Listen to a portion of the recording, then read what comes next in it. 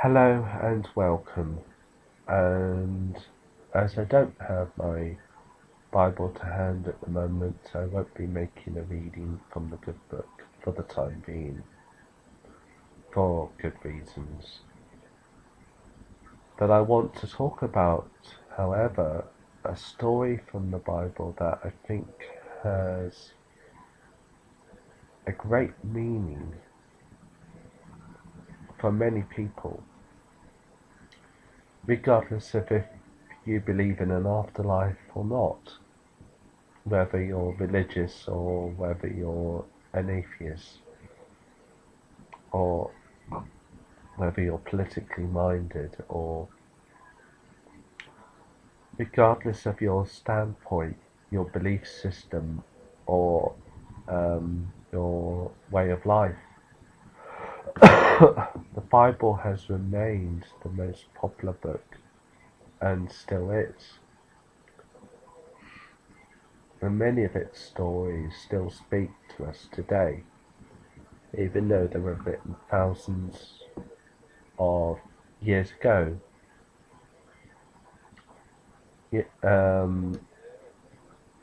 And I'm no biblical scholar.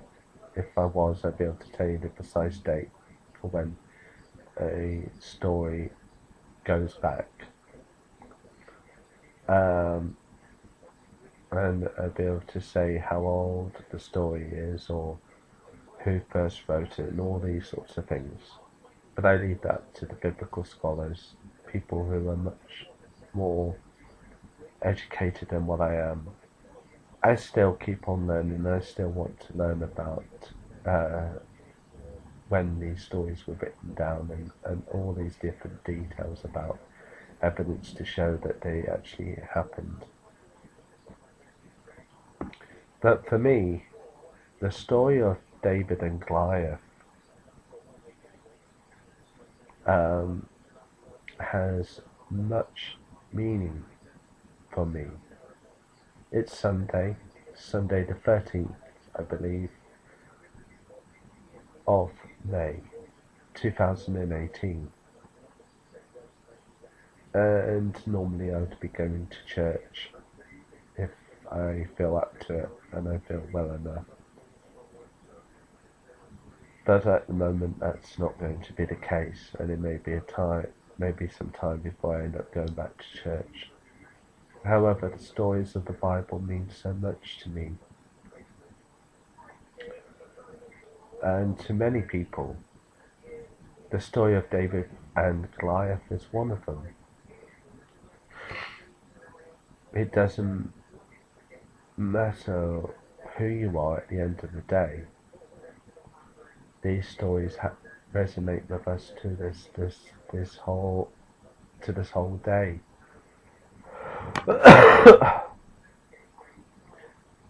If you read the story in the Bible,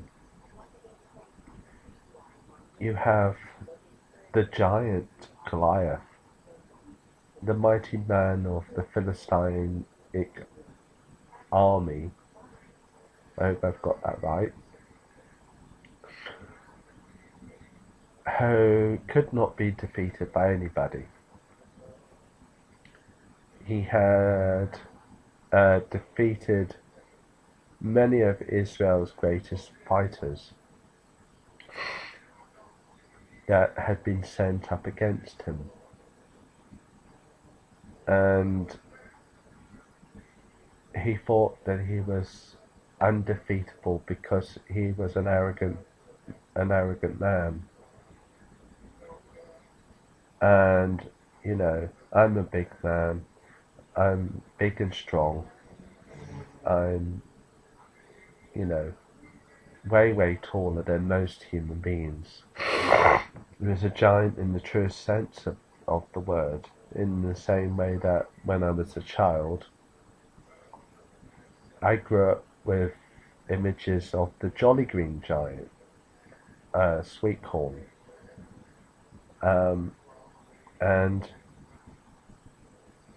we are led to believe that Goliath was a giant in the true sense of the word. something the size of a house, probably, or a double-decker bus. Somebody so big and so strong and powerful that he couldn't be defeated by mere mortal man.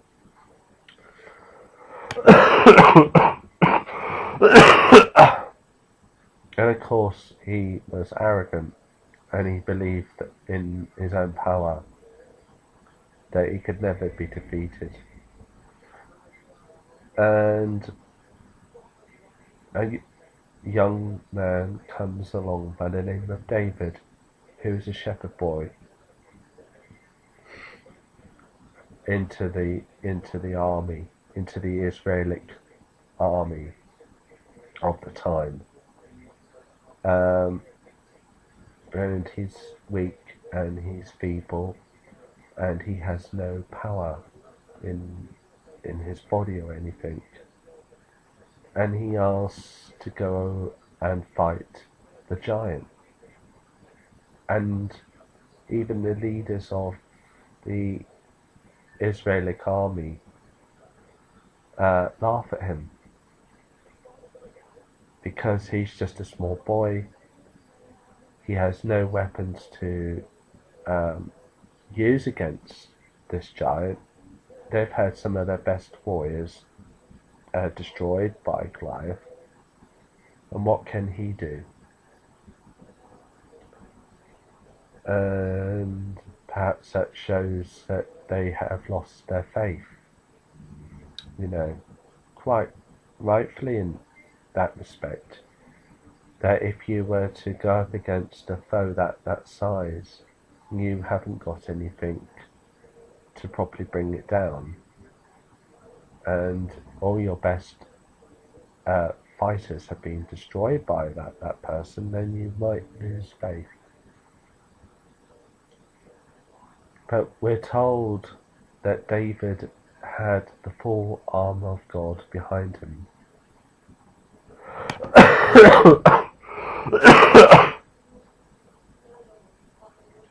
And that God gives him the strength and the power to bring down the giant.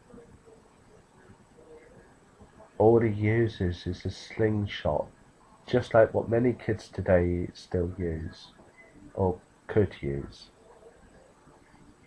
Just a simple slingshot, and with one throw, and I hope I'm getting this right because I haven't read that particular passage in a long time, but with one throw he brings down Goliath, and then he cuts off his head.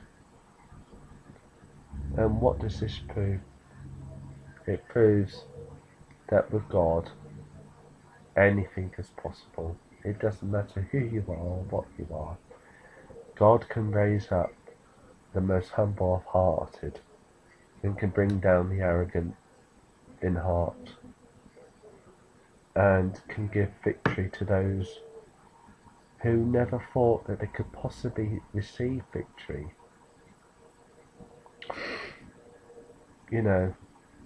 That for me shows you something. And yes, perhaps the atheists watching this video might not like those points, because they don't believe that there is an afterlife, and that's their right to believe what they want to believe. But I want to make this video for everybody, for anybody who is going through whatever struggle they are facing right now. Many times in my life I've heard the media saying that this is a David and Gloiffe battle. I am 42. I have lived since the 70s, and I've grown up in a time where people have faced battles against capitalism, against their bosses, against whatever forces are against them. And you have found many a times the reference to the David and Gloiffe story. So it has a power beyond the Bible to reach out to those people who are facing their struggles, who are facing people who think that they're big and powerful. They've got all the money, they've got all the resources. You're just nobody. You know, that's arrogancy for you. You know, oh well, you better give up because you've got nothing, but I've got everything behind me and I'm going to win. And that's what arrogancy is. That if you think you've got a load of money, property, or that the law is going to take much more notice of you than the little guy over there, then that is what arrogance is all about. I have faced such a battle, and I am still facing such a battle in my life against those people who want to, I believe, destroy me. They see me as the weak and foolish person, and that I have nobody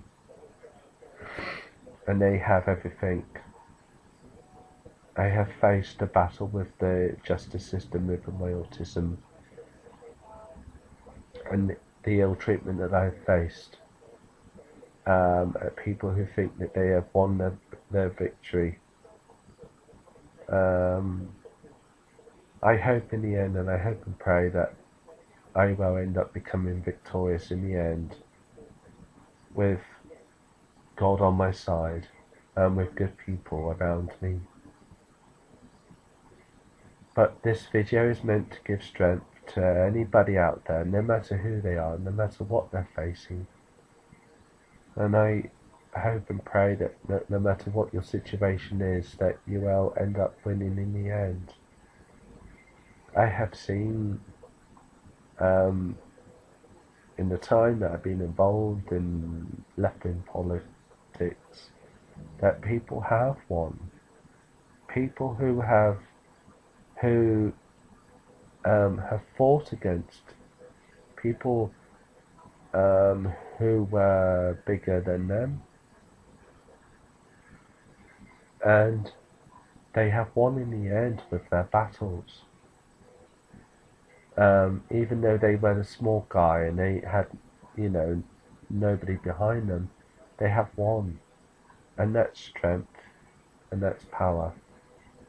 That regardless of who you are, I say, fight on, because you will win, and I believe that people will win. I remember some of my friends who were involved in left-wing politics here in Huddersfield were taken to court by Barclays Bank. Barclays Bank thought that they were going to win and it was going to be an even shut case because of the protests that happened, and because they did what they did as protesters. Then Barclays thought, well, we're the big banks, we have all the power, you have nothing. But my two friends went to court and they won, and they beat Barclays Bank. Now if you can beat a bank like that, then you can beat anybody. And that is important, to know that, to keep up your hope and to keep on pushing until you succeed. And maybe that's why stories like David and Gloiffe still have meaning to this day. Where around the world people will use that as a symbol of a fight against tyranny. And that is the importance of the story, and it's the reason why there's so many other stories from the good book still have meaning to people outside of religious circles, um, whether they like that or not. And that is what I wanted to say today. Keep on fighting and keep on pushing. Never give up and never give in to people who think that they are bullies and that they can bully you around. Thank you. Goodbye.